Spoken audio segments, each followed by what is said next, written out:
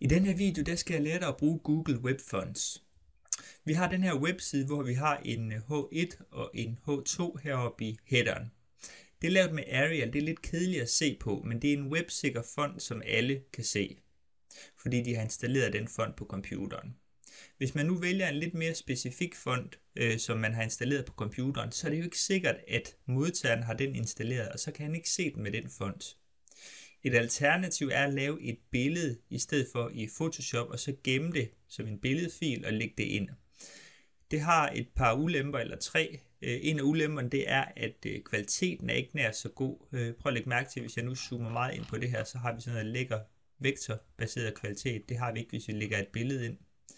En anden ulempe det er, at det ikke er så søgevenligt i Google, fordi at det er meget mere søgevenligt at søge på tekst i stedet for på billeder, som godt nok kan have en alternativ tekst, men stadigvæk så er det ikke så godt. Og så er det også svært at opdatere et billede i forhold til en tekst, hvis man for eksempel skal have en ny overskrift. Så en mulighed det er at bruge Google Web Fonts. Så lad os lige prøve at gå ind på Google Web Fonts. Jeg søger på Web Fonts på Google, og så går jeg ind på google.com/webfonts. Og i talende stund, der kan du ikke gå derind fra Internet Explorer 8 eller tidligere versioner af Internet Explorer, så vælg Firefox eller Google Chrome for eksempel. Så herinde der har vi 257 fonte. Herovre til venstre, der kan jeg vælge en kategori. For eksempel hvis jeg lige slår serif, sans serif og handwriting fra, så har jeg kun min display fonte herovre. Og der er altså 65 fonte. Så kan man prøve at finde en font. Det er sådan set ikke så afgørende i det her tilfælde, men lad os lige prøve at gå lidt ned på siden. Så vælge en eller anden font. For eksempel den her font her, der kan vi i hvert fald se, hvis vi vælger den, så kan vi i hvert fald se, at det er ikke en standard font.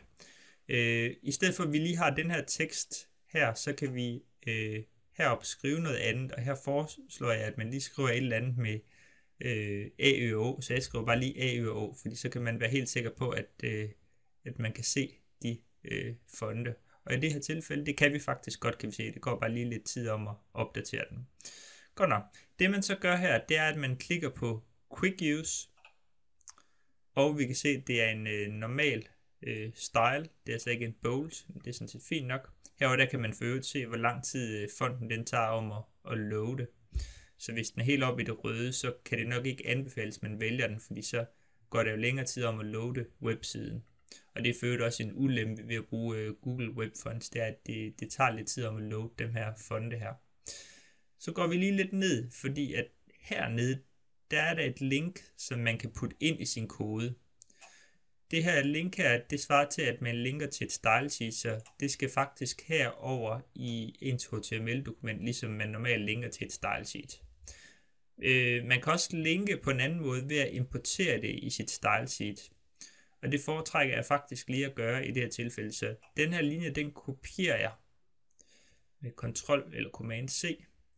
Og så går jeg over i mit style sheet herover, fordi grunden til, at jeg foretrækker den metode, det er fordi, at når jeg skal lave nogle ændringer herover med min H1 hernede, så kan jeg jo faktisk gøre det hele i mit style sheet, så skal jeg ikke både lave en reference herover og så samtidig gå hen og ændre i mit style sheet. Så den her linje, den putter jeg lige ind her øverst i koden, og så kunne jeg lige skrive en lille kommentar. Import af Google Web Font. Sådan der. Godt nok. Så kan vi for øvrigt se, hvis jeg lige går tilbage til siden, så kan vi se hernede, at der står en fontfamilie her. Og det er den her Miltonian,